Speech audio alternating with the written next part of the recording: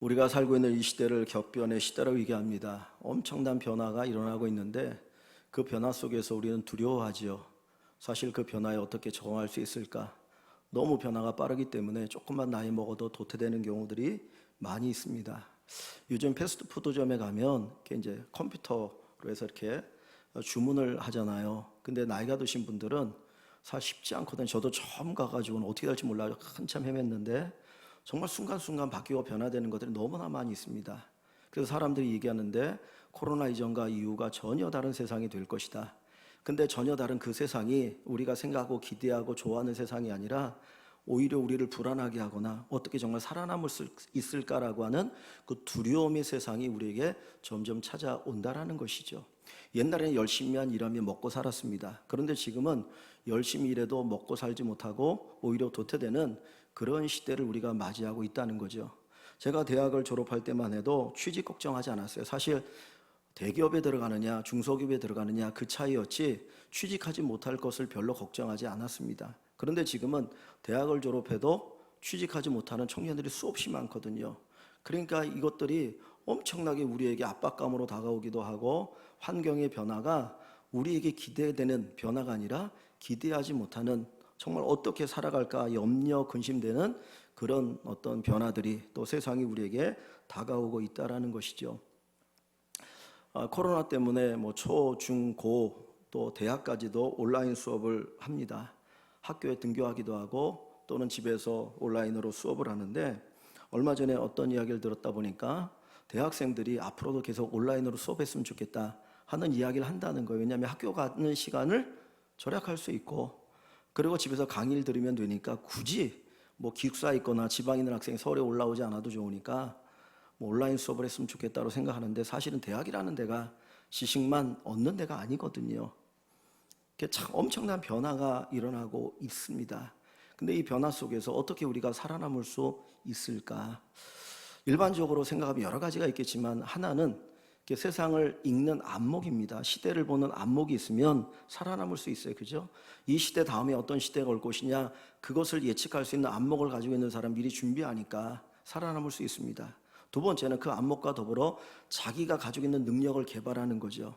그 시대에 맞는 능력을 잘 개발하면 뛰어난 사람이 될 수도 있고요. 앞서가는 사람이 될 수도 있을 것입니다. 세상 끊임없이 그 부분에 대해서 이야기하고 가르치고 있고 뭐 예언적인 이야기를 수없이 많이 하고 있는 것을 볼 수 있지요. 그런데 성경은 우리에게 뭘 이야기하느냐? 오늘 이 신명기는 이 격변의 시대에 이스라엘 백성들에게 주는 하나님의 말씀이고 모세의 설교입니다. 이 민수기까지의 내용은 이스라엘 백성들이 애굽에서 나와서 해방이 되어서 광야 40년의 삶을 살거든요. 그들이 금방 들어갈 수 있는 가나안 땅에 들어가지 못하고 광야 40년을 보내고 이제는 가나안 땅에 들어가기 전에 모세도 그 광야에서 죽는 그 상황이 되어서 그때 다음 세대들에게 가나안 땅에 들어가 살아야 될 그 세대들에게 주시는 설교가 이 신명기의 말씀입니다. 그러니까 신명기는 모세의 설교예요. 설교. 그런데 그 설교를 통해서 뭘 얘기하고 싶은가? 이스라엘 백성들이 광야 40년의 삶에 익숙해졌어요. 이 광야에 사는 지금 이 설교를 듣는 사람들은 출애굽할 때 만 20세가 되지 않은 미성년자였거나 아니면 광야에서 태어난 사람들입니다. 그러니까 그들은 광야가 아주 익숙한 사람이거든요. 그런데 이제 새로운 시대가 그들에게 다가올 텐데 가나안 땅을 정복하는 일과 거기서 살아가는 그 일들이 그 앞에 놓여 있습니다. 새로운 세계가 펼쳐졌을 때 그것이 그들에게 복이 될 수도 있고 어떻게 보면 저주적인 사건으로 다가올 수 있는데 그 새로운 시대를 정말 복이 될 수 있는 그 시대로 맞이할 수 있는 비결이 무엇인지를 가르쳐 주는 것이 이 신명기의 말씀이고 특별히 11장의 말씀입니다. 이 11장에서 모세가 그들에게 권면하는 내용이 뭡니까? 하나님을 사랑하고 그의 명령을 지키라는 거예요. 자, 어디를 보시냐면 11장 1절을 봅니다. 11장 1절 그런즉 내 하나님 여호와를 사랑하여 그가 주신 책무와 법도와 규례와 명령을 항상 지키라. 크게 두 가지죠. 하나님을 사랑하라. 하나님 주신 명령을 지키라. 그런데 이 말씀이 1절뿐만 아니라 8절에 13절에 22절에 27절에 32절에 연속해서 계속해서 말씀하고 있다라는 거예요. 그러니까 설교 한 편이 11장이라고 얘기하면 11장 곳곳마다 뭘 얘기합니까? 하나님을 사랑하라, 하나님 명령을 지키라. 이게 너희가 사는 길이다. 너희가 사는 길이야. 이 격변의 시대에 너희가 사는 길은 하나님을 사랑하는 것이고 하나님 명령을 지키는 거야. 우리가 생각할 때는 가나안 땅을 정복하기 위해서는 뭐가 있어야 됩니까? 힘이 있어야 돼요. 그죠? 군사력이 있어야, 그들보다 더 강한 군사력이 있어야 그 땅을 정복하고 그 땅에 살아갈 수 있잖아요. 그러니까 군사력에 대한 것들을 생각하고 그거를 준비하는데 온 힘을 쏟고자 하는 마음이 있을 거예요. 그런데 하나님께서는 그 이야기를 하지 않으시고 그것보다 더 중요한 것이 있는데, 그것은 하나님 여호와를 사랑하는 것이고 그의 명령을 지키는 것이야 라고 말씀합니다. 우리나라가 기술적으로 엄청난 도약을 하지 않았습니까? 그런데 어떤 순간에 보면 어떤 한계점이 있는 부분이 있거든요. 근데 얼마 전에 스티브 잡스라고 하는 사람이 죽었지만, 애플을 만든 그분이 죽었지만, 그분도 참 어려움을 겪었지만 그분이 이야기한 게 뭡니까? 기술적인 부분 속에서 인문학적인 상상력이 필요하다, 그 얘기를 하거든요. 인문학과 기술은 전혀 다른 거거든요. 우리나라는 그냥 기술 개발에 막 해갖고 인문 그런 부분에 관심이 없었어요. 그러다 보니까 어느 정도까지 올라가지만 그 이상이 어려운 거예요.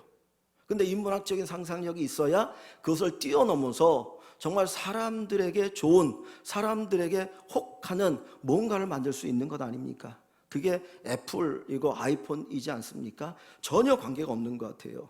지금 이스라엘 백성들이 가나안 땅을 정복하고 그 땅에 살아가는 방법은 정말 군사적으로 강하는 거예요. 그러면 그것을 어떻게 하면 강하게 만들 수 있느냐, 훈련할 수 있느냐, 이 이야기를 하는 것이 정상적일 것 같은데, 하나님은 그것을 말씀하지 아니하고 하나님을 사랑하고 하나님의 명령을 지키는 것이 너희가 사는 비결이다, 방법이다 가르쳐주고 있습니다. 오늘 우리가 이 격변의 시대에 살아남을 수 있는, 살아남는 게 아니라 진짜 멋있게 사는 비결이 무엇이냐? 하나님을 사랑하고 그의 계명을 지키는 것입니다. 우리가 얼마나 하나님을 사랑하고 있습니까? 얼마나 주의 말씀대로 살아가고 있습니까? 그래서 오늘 우리가 읽은 아까 그 본문 26절을 가봅니다. 26절에 보면 내가 오늘 복과 저주를 너희 앞에 두노니 그랬어요. 복과 저주가 우리 앞에 있다는 것, 즉 다시 말하면 우리가 복을 선택할 수도 있고 저주를 선택할 수도 있다는 거죠. 여러분이 복을 선택할 수도 있고요, 저주를 선택할 수 있고, 복된 길을 갈 수도 있고 저주스러운 길을 갈 수도 여러분이 있어요. 그러면 우리가 어느 길을 가기를 원합니까? 27절에 너희가 만일 내가 오늘 너희에게 명하는 너희의 하나님 여호와의 명령을 들으면 뭐가 될 것이요? 복이 될 것이요 그랬어요. 자, 여기 보십시오. 여기 27절에 보면 너희의 하나님 여호와, 하나님이라고 하는 이 호칭은 어떤 전능자다, 전능하다라는 그 의미가 여기 내포되어 있는 거예요. 그러니까 너희의 전능하신 하나님 여호와의 명령을 들으면, 듣는다는 얘기는 순종한다는 얘기죠. 그죠? 순종한다는 얘기예요. 너희가 그 명령에 순종하면 뭐가 된다? 복이 된다. 보통 우리는 복을 받는다 그래요. 복을 받는다. 근데 그 명령을 순종하는 것 자체가 뭐예요? 그게 복이에요. 내가 명령에 순종하면 어떤 복이 올 것이다가 아니라 명령에 순종하는 것 자체가 복이에요. 이건 엄청난 표현이죠. 내가 명령에 순종하며 살아가는 그 자체가 복이고 그 복을 우리가 보게 된다는 거죠. 근데 28절에 보면 너희가 만일 내가 오늘 너희에게 명령하는 도에서 돌이켜 떠나 너희 하나님 여호와의 명령을 듣지 아니하고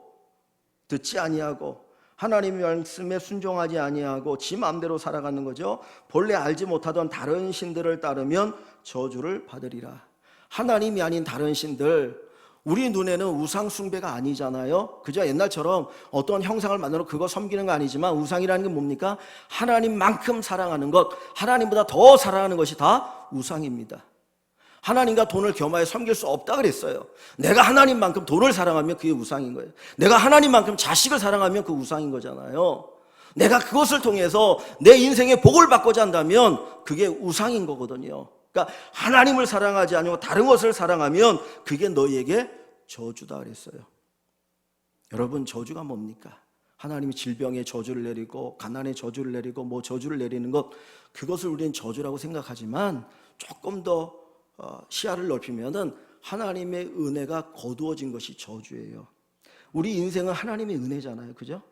내가 이 자리에 있고 지금까지 살아온 것, 앞으로 살아가는 모든 것이 하나님의 은혜인데 하나님의 은혜가 거두어지는 것이 저주예요.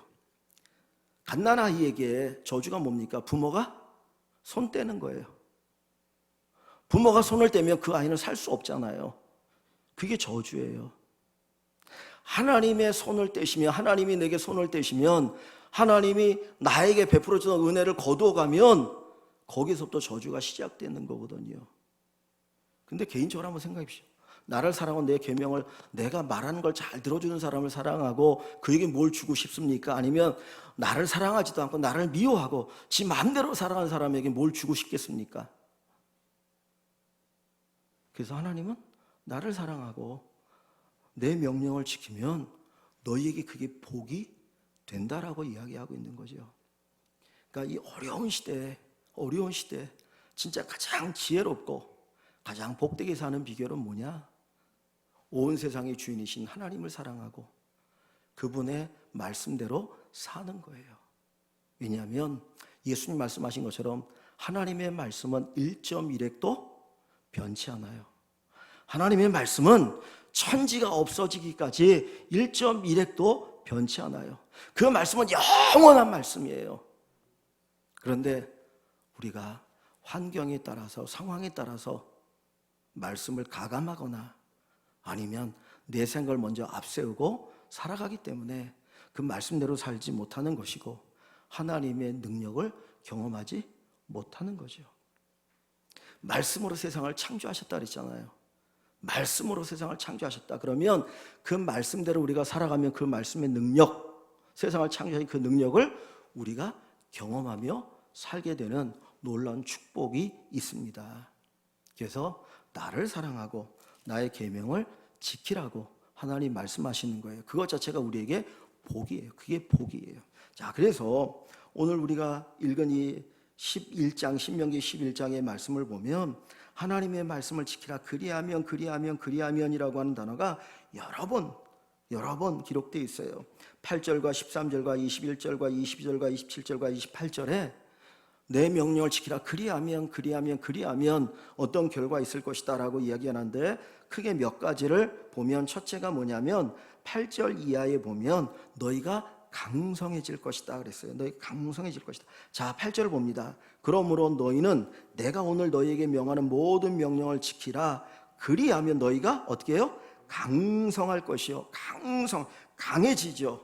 그리고 어떤 점점 커져 나가는 거죠. 그죠? 강하고 점점 많아지는 거죠. 너희가 건너가 차지할 땅에 들어가서 그것을 차지할 것이며 강성하니까 차지하게 되는 거예요. 근데 여러분 38년 전에 이스라엘 백성들이 가나안 땅을 정탐했을 때 그들의 보고가 무엇이었냐면 우리는 그 가나안 땅에 사는 사람들과 비교해 보면 메뚜기에 지나지 않습니다 그랬어요. 그들은 거인족이에요. 그들의 산성은 튼튼합니다. 무기도 좋습니다. 그런데 이스라엘 백성들이 가지고 있는 것은 정말 초라했어요. 그러니까 자기의 눈으로 가만히 보니까 이거 도저히 그 땅을 정복할 수 없겠다. 그러고 원망하고 불평하다가 광야 40년의 삶을 살게 되는 거거든요. 그런데 하나님 뭐라고 말합니까? 너희가 내 말을 지키면, 내 명령을 지키면 너희가 강성해질 것이고 너희가 건너가 차지할 땅에 들어가서 그것을 차지할 것이다. 가나안 땅을 얻는 비결은 광야 생활을 청산하고 정말 행복한 인생을 시작하는 비결은 하나님을 사랑하고 하나님 명령을 지키는 것이다. 그리고 나서 뭘 얘기냐면 10절부터 12절에 보면 이런 이야기를 합니다. 야, 너희 조상들이 과거에 살았던 애굽 땅은 파종할 때 발로 물을 대는 채소밭과 같다 그랬어요. 애굽이 나일 강가라고 그러잖아요. 거기에 나일강 물이 풍부하고 삼각지가 이루어져서 정말 풍성해요. 그리고 그 물을 끌어다가 농사를 짓는 땅이에요. 그건 뭘 의미냐면 인간의 힘으로 살아가는 것을 의미하는 겁니다. 세상의 사람들은 자기의 힘으로 살아가요. 그죠? 자기 힘으로 살아가는 걸 얘기합니다. 그런데 이스라엘 백성들이 들어가 얻게 될 그 땅은 인간의 힘으로 사는 땅이 아니라 하나님의 은혜로 사는 땅이에요. 거기는 하늘에 비가 내리지 않으면 농사를 지을 수가 없어요. 하늘에 비가 내리지 않으면 풀이 자랄 수가 없어요. 그래서 목축도 불가능해요. 하나님이 비를 내려주셔야, 하나님이 그들에게 은혜를 주셔야 농사를 짓고 목축을 하며 살아갈 수 있습니다. 왜 하나님께서 그 땅을 주실까요? 애굽 땅을 주시면 물 걱정하지 않고 농사 짓고 살잖아요. 그런데 하나님 애굽 땅이 아니라 가나안 땅, 하늘에 비가 내리지 않으면 농사 지을 수 없는 그 땅, 그래서 하나님을 바라보고 하나님 앞에 기도하고 하나님 의지하고 살아간 그 땅을 주신 이유가 어디에 있습니까? 우리가 물질적으로 이 땅에 풍요롭게 사는 것보다 정말 중요한 것이 뭐냐면 하나님을 사랑하고 하나님을 의지하며 사는 것이 우리 인생의 가장 중요한 축복이기 때문에 그 땅으로 인도하시는 거예요. 우리가 믿음으로 주님을 의지하고, 주님, 저는 하나님의 은혜가 아니면 살 수 없습니다. 제가 하나님 의지하고 살아갑니다. 그래서 말씀 사랑하고 말씀대로 순종하며 살기를 원합니다. 그리할 때 하나님께서 하늘에 비를 내려주시고 은혜를 주시고 그들이 살아갈 수 있도록 하여 주신다라는 것이죠. 그래서 12절을 보시면 내 하나님 여호와께서 돌보아 주시는 땅이라. 그 땅이 하나님의 은혜가 없으면 살 수 없는데 우리가 주님을 사랑하고 주의 말씀대로 살면 하나님이 거기를 돌보아 주신다라는 겁니다. 연초부터 연말까지 내 하나님 여호와의 눈이 항상 그 위에 머물러 있느니라. 하나님이 항상 지켜보아셔요. 언제든지 도와주시려고, 언제든지 어려움 당하면 도와주시려고 하나님이 항상 지켜보시는 땅이 어디예요? 바로 그 은혜의 땅, 약속의 땅, 그리고 하나님이 주시는 땅입니다.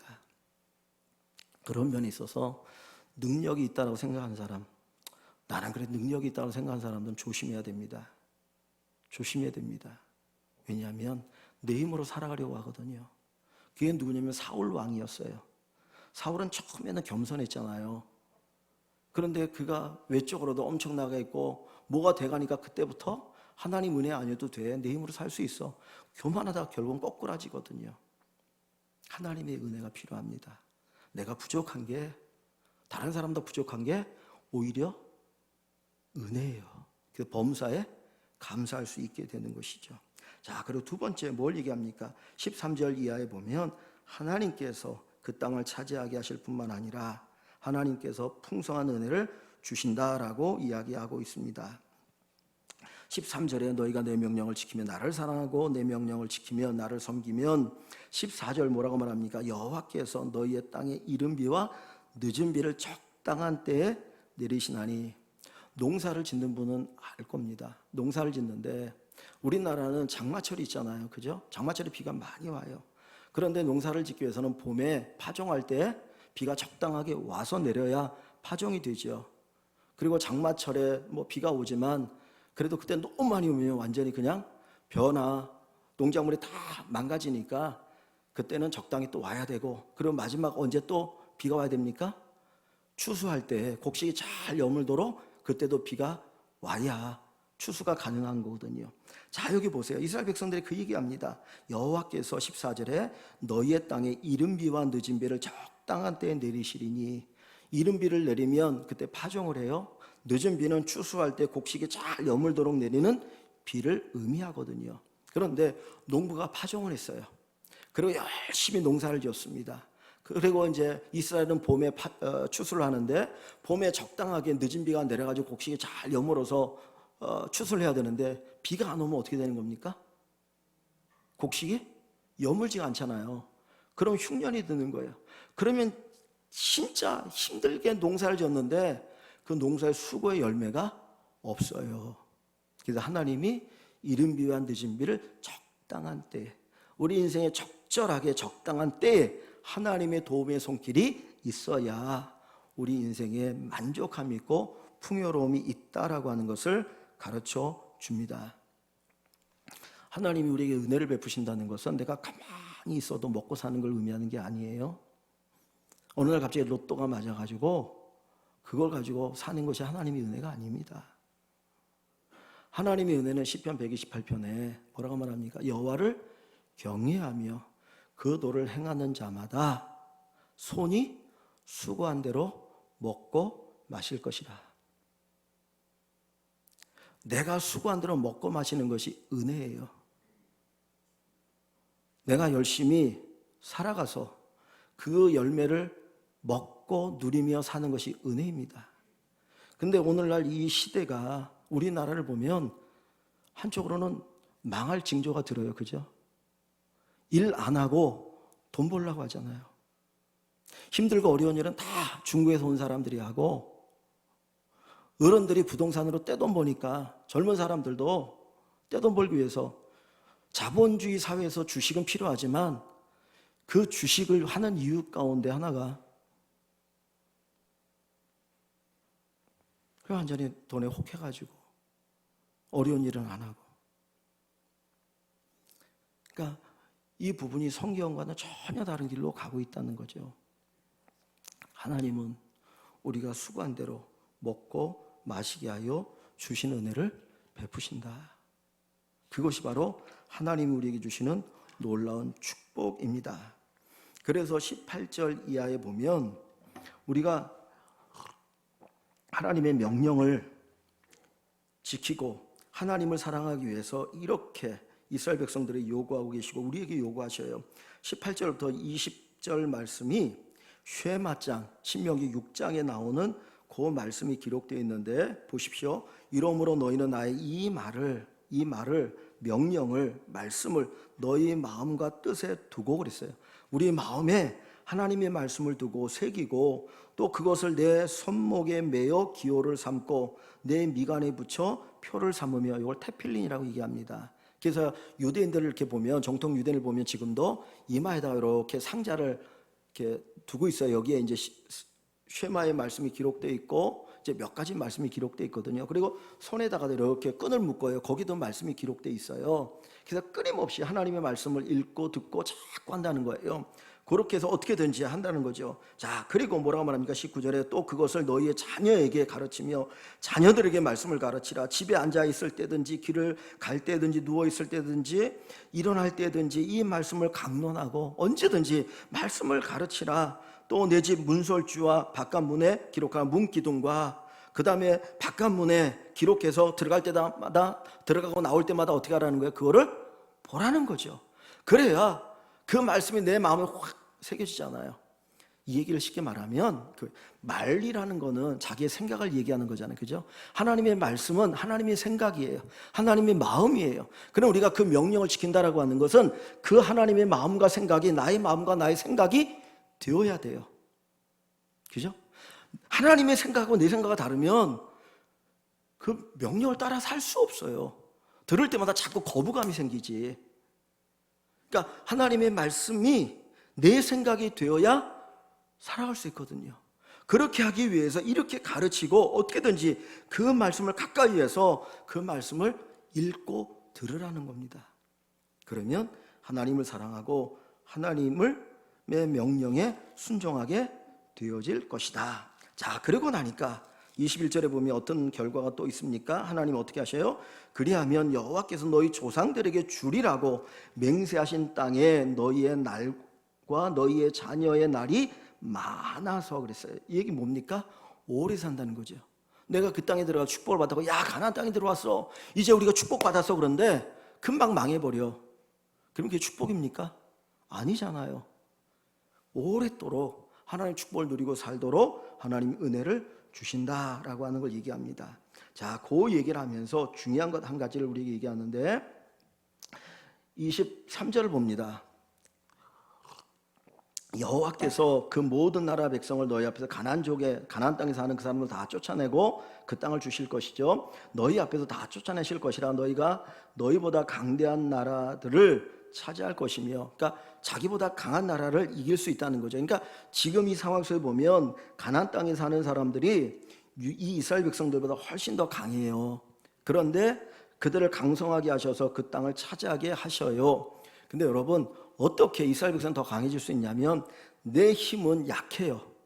근데 하나님이 함께 하니까 강한 거예요. 북과 남이 대치 상태에 있잖아요. 그죠? 근데 만약에 우리의 전력이 지금은 뭐 우리나라 국방비를 엄청나게 많이 하니까 핵 말고는 우리가 뒤질 게 없어요. 그런데 예전에는 6.25 전쟁 이후에는 우리나라 이 군사적으로 약했거든요. 북한이 강했어요. 그러니까 우리가 북한과 계속해서 이 관계 속에서 우리가 밀리지 않기 위해서는 누군가의 도움이 필요한 거잖아요. 그게 누구의 도움입니까? 미국의 도움이죠. 그러니까 미국이 우리 DB에 딱 버티고 있으니까 북이 함부로 올 수 없는 거예요. 그죠? 그러니까 우리나라의 단순한 힘이 아닌 미국의 힘이 결국 우리의 힘이 되기 때문에 이제까지 온 것 아닙니까? 마찬가지예요. 이스라엘이라고 하는 그 나라의 힘은 작아요. 가나안 땅에 있는 나라들보다.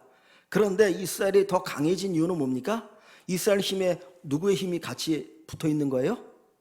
하나님의 힘이. 전능하신 하나님이 함께하니까 강해져서 그 땅을 정복할 수 있고 그 땅을 차지하고 누리며 살아갈 수가 있는 것이죠. 그 이야기를 하는 거예요.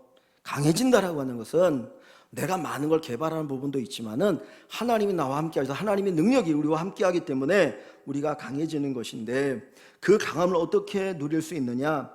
24절에 보면 너희의 무엇으로 밟는 것은 발바닥으로 밟는 것은 다 너희의 소유가 되리니 그랬어요.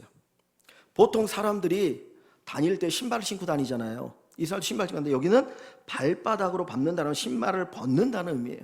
신발을 벗는다는 건 뭐냐면 발바닥으로 밟는다. 맨발로 다니는 사람들은 다 종이에요. 그러니까 발바닥으로 밟는다라고 하는 것은 하나님의 종이 되어서 하나님의 명령을 따라서 움직일 때 그것이 다 너희의 소유가 될 것이다. 그래서 명령을 지키라는 말과 발바닥으로 밟는다는 말은 결국은 같은 이야기입니다. 우리가 하나님을 사랑하고 하나님 말씀대로 사는 것이 우리에게 복이 되어져요. 그래서 25절에 보니까 너희 하나님 여호와께서 너희에게 말씀하신 대로 너희가 밟는 모든 땅, 발바닥으로 밟는 모든 땅 사람들에게 너희를 두려워하고 무서워하게 하리니 누가? 하나님께서 그들로 하여금 너희를 두려워하고 무서워하게 하리니 너희를 능히 당할 사람이 없느니라. 이게 하나님의 은혜, 하나님의 능력이요 하나님의 복이 되는 것이죠. 그래서 결론적으로 그들에게 뭘 얘기합니까? 너희가 여호와의 명령을 들으면 복이 될 것이다. 여호와의 명령을 들으면 복이 될 것이다. 사랑하는 성도 여러분, 우리는 정말 힘들고 어려운 시대를 살고 있습니다. 여러분의 삶을 보면 참 안타까울 때가 많아요. 그죠? 목회자도 지금보다는 예전에 목회하기가 훨씬 쉬웠어요. 모든 것이 정말 어려운 시대입니다. 이 어려운 시대라고 하는 건 우리에게 뭘 가르치냐면 더 하나님을 의지해야 된다는 것을 우리에게 가르쳐줘요. 주님께서 뭐라고 말씀하냐면 내가 다시 올 때 이 세상에서 믿음을 보겠느냐? 예수님께서 제자를 바라보고 사람들을 바라보면서 내가 재림할 때 이 세상에서 믿음을 보겠느냐? 요한계시록 2장 3장이면 7교회가 나오는데 마지막 7번째 교회 갈라디아 마지막 7번째 교회를 바라보면서 주님 뭐라고 말합니까? 차든지 더없든지 하기를 원하도나 차지도 않고 더없지도 않으니 내 입에서 토해내쳐 버리리라. 믿음이 있는 것 같은데 믿음이 없는 시대. 하나님을 사랑하는 것 같은데 하나님을 사랑하지 않는 시대. 하나님께 예배를 드리는 것 같은데 제대로 예배가 없는 시대. 제가 새벽 예배 때도 이 말씀을 드렸었는데 코로나 이후에 영상 예배를 드리잖아요. 정말 내가 영상 예배를 드리는 것이 내가 처해 있는 상황에서 최상이라면 그 예배는 최고의 예배예요. 북한에 있는 지하교회 성도들이 교회로 드릴 수 없잖아요. 그러니까 라디오를 가지고 예배를 드린다. 그건 최상의 예배입니다. 그런데 내가 편해지고 싶어서 이 영상 예배에 완전히 젖어가지고 비가 조금 오거나 에이, 굳이 뭐 교회 갈 필요 있어. 그냥 집에서 유튜브 틀어놓고 예배 드리면 되지. 그리고 예배를 드리면 그건 예배 같은데 예배가 아닌 예배인 거예요.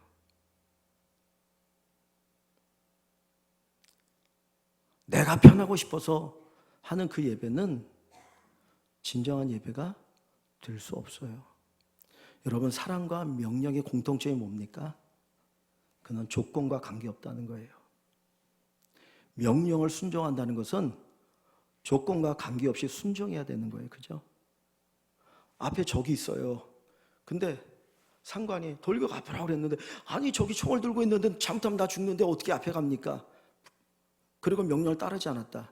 그럼 명령 불복종 죄가 되죠. 명령이라는 것은 환경과 관계없어요. 환경과 관계없어요. 사랑이라는 것도 환경과 관계가 없어요.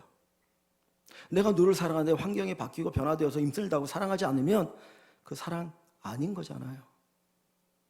사랑하니까 그 사람이 병들었을 때 더 돌봐주고 더 간절한 마음으로 사랑을 베풀잖아요. 그러니까 사랑한다는 것과 명령을 순종한다는 것은 상황과 관계없어요.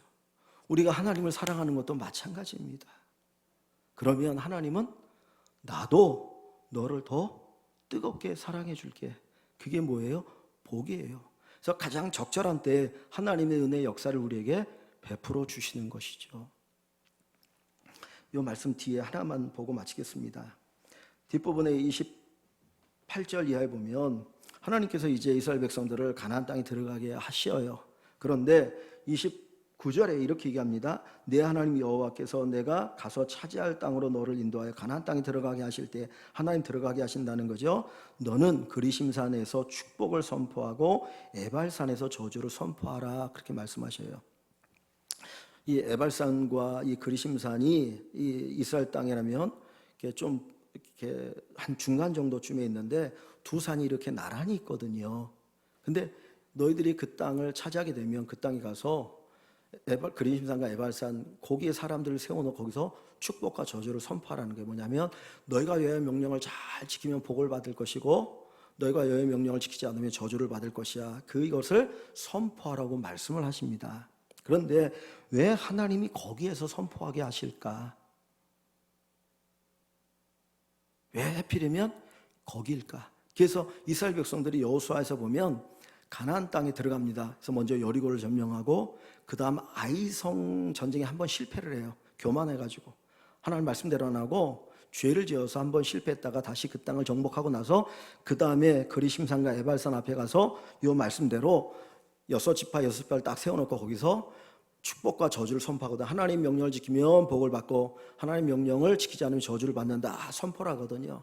근데 왜 거기일까? 자, 요 그리심산과 에발산이 어디에 있는지를 요 30절에서 얘기해 주고 있어요. 이스라엘 백성들에게 이스라엘 백성들이 거기 가보지 않았잖아요. 그러니까 그 산은 여기 있다. 그런데 어디에 있냐면 이 두 산은 요단강 저쪽 곧 해지는 쪽으로 가는 길 뒤 길갈 맞은편 모래 상수리 나무 곁에 있는 땅이다 그랬어요.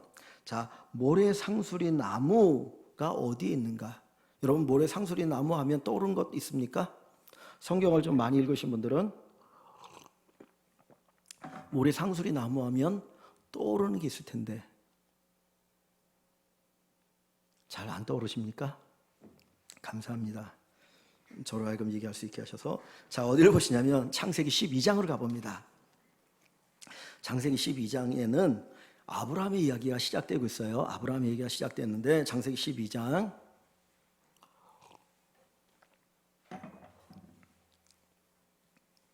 여호와께서 1절과 2절을 제가 읽을게요. 여호와께서 아브라함에게 이르시되 너는 너의 고향과 친척과 아버지의 집을 떠나 내가 내게 보여줄 땅으로 가라. 이게 뭐예요? 명령이죠. 그죠? 이게 명령이잖아요. 원래 아브라함은 갈대아 우르라고 하는 곳에 살았어요. 갈대아 우르라는 곳에 살고 있었는데 하나님께서 야, 너 거기 떠나서 내가 지시하는 땅으로 가. 그 땅이 어딘지도 몰라. 근데 하나님이 가라는 거야. 그래서 이제 떠나가는 거죠. 그러면서 약속이 있어요. 뭐 약속이냐면 내가 너로 큰 민족을 이루고 내게 복을 주어 내 이름을 창대하게 하리니 너는 뭐가 된다? 복이 될지라. 네가 명령을 지키면, 아까 그 27 7절에 내가 명령을 지키면 복이 된다 그랬죠. 그죠? 복이 될지라. 아브라함에게 하나님께서 복을 약속하고 계셔요. 복을 약속하셔요. 그래서 3절에 너를 축복하는 자에 내가 복을 내리고 너를 저주하는 자에 내가 저주하리니까 하나님 누구 편이 되는 거예요? 아브라함 편이 되는 거예요. 그죠? 하나님이 아브라함의 힘이 되고 아브라함 편이 되고 아브라함의 능력이 되시는 거죠. 그래서 땅의 모든 족속이 너로 말미암아 복을 받을 것이다. 복을 얻을 것이다. 결국은 온 세상을 축복하기를 원하시는 하나님의 마음이 여기에 내포되어 있어요. 그러니까 명령을 지키면 네가 복이 된다. 또 너 때문에 많은 사람이 복을 받을 것이야 라고 말씀하셔요. 그래서 그 말을 듣고 명령을 듣고 4절에 이에 아브라함이 여호와의 말씀을 따라갔고 롯도 그와 함께였으며 아브라함 하란을 떠야 75세라. 그래서 하란 땅을 떠나서 75세에 이제 갑니다. 자, 그래서 5절을 보면 아브라함이 그의 아내 사레와 조카 롯과 하란에서 모든 소유와 얻은 사람들 이끌고 가나안 땅으로 가려고 떠나서 마침내 어디에 도착해요? 가나안 땅, 약속의 땅에 도착하는 이스라엘 백성이 들어가려고 하는 그 땅에 도착했어요. 요게 지금으로 따지면 아까 그 신명기로 따지면 한 470년 전의 일이에요. 470년의 사건이에요. 자, 그리고 6절을 보세요. 6절을 보면 아브라함이 그 땅을 지나 어디로 갑니까? 세겜 땅. 그리고 세겜 땅에 어디? 모래 상수리 나무에 이르니 그랬어요. 모래 상수리 나무에 이르니.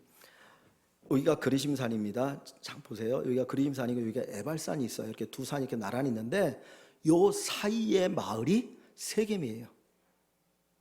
그리심산과 에발산 사이의 마을이 세겜이에요. 세겜. 나중에 이제 북이스라엘이 거기를 수도로 잠깐 졌다가 이제 사마리아로 옮기는데 거기가 세겜이에요. 근데 그 세겜에 약간 언덕에가 모래 상수리 나무가 있는 곳이에요.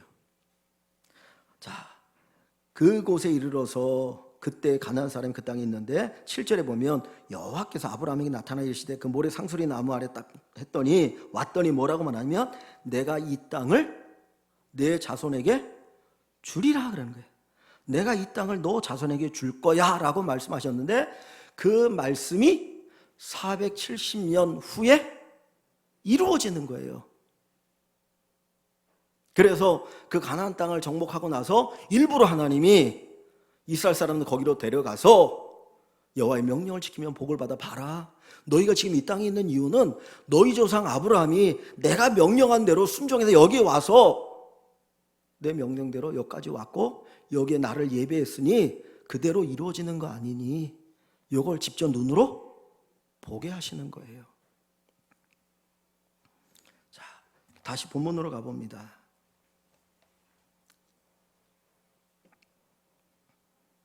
그래서 31절로 가보면 너희가 요단을 건너 너희 하나님 여호와께서 너희에게 주시는 땅에 들어가서 그 땅을 차지하려 하나니 반드시 그것을 차지하여 거기 거주할 거라. 아브라함이 거기 와서 제단을 쌓고 그래서 내가 그 땅을 주는 것처럼 너희들도 내 명령을 지키면 그 땅을 얻게 될 거야 라고 하는 얘기죠. 내가 오늘 너희 앞에 베푸는 모든 규례와 법도를 너희는 지켜 행할지니라 말씀했습니다. 여러분, 우리가 사는 시대는 갈수록 어려워집니다. 믿음을 갖기 더 어려워지는 시대가 됩니다. 하나님이 없이도 살아갈 수 있는 시대처럼 된다는 거예요. 지난주인가요? 지지난주인가 그 주일 저녁에 KBS 1 TV에서 7시에 무슨 이렇게 샘 뭔가 해가지고 어떤 선생님이 강의를 하는 게 있어요. 강의를 합니다. 근데 그게 되게 유익한 것 같아요.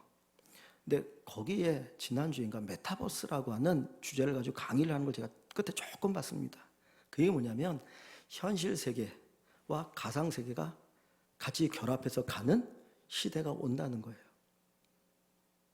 그러면 가상의 세계를 통해서 우리가 막 여러 가지를 누리며 살아가는 거예요.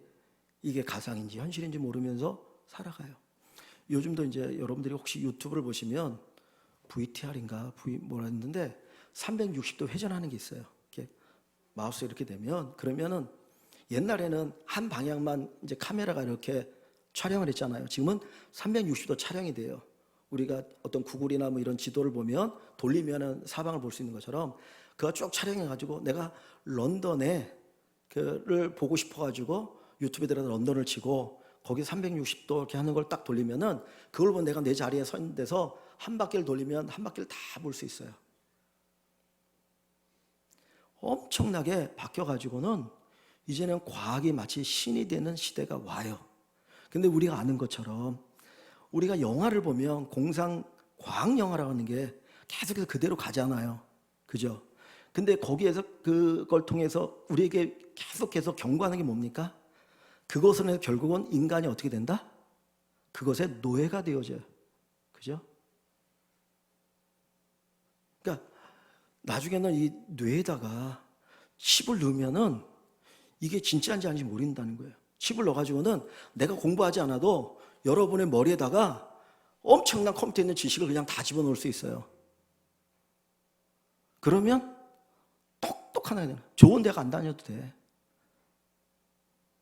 하나님 없이도 살아가는 세상이 되는데 그 세상은 마치 바벨탑을 쌓는 것과 같은 거예요. 그건 인간이 망하는 길이 되는 거예요. 이게 인간인지 기계인지 모르는 엄청난 비극의 시대가 올 수 있다는 거죠. 인간의 행복이 어디 있습니까? 마지막으로 한 구절만 읽고 마칠게요. 10장, 신명기 10장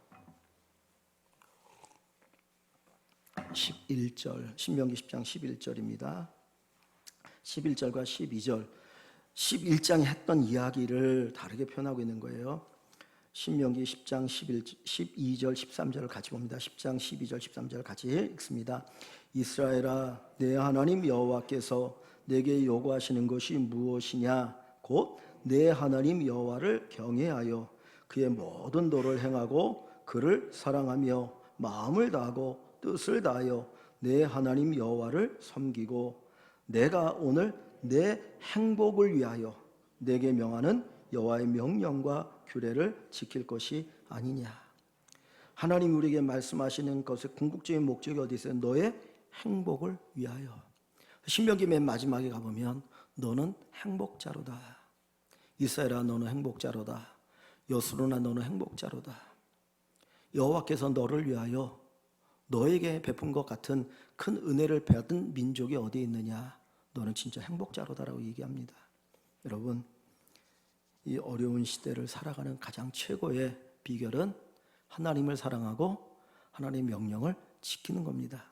사랑한다는 건 추상적이에요. 그죠? 명령을 지킨다는 것은 현실적이고 구체적인 것입니다. 그래서 두 가지를 같이 얘기했어요. 우리의 믿음이 추상적인 믿음이 아니고 진짜 현실적인 믿음, 현실적인 믿음.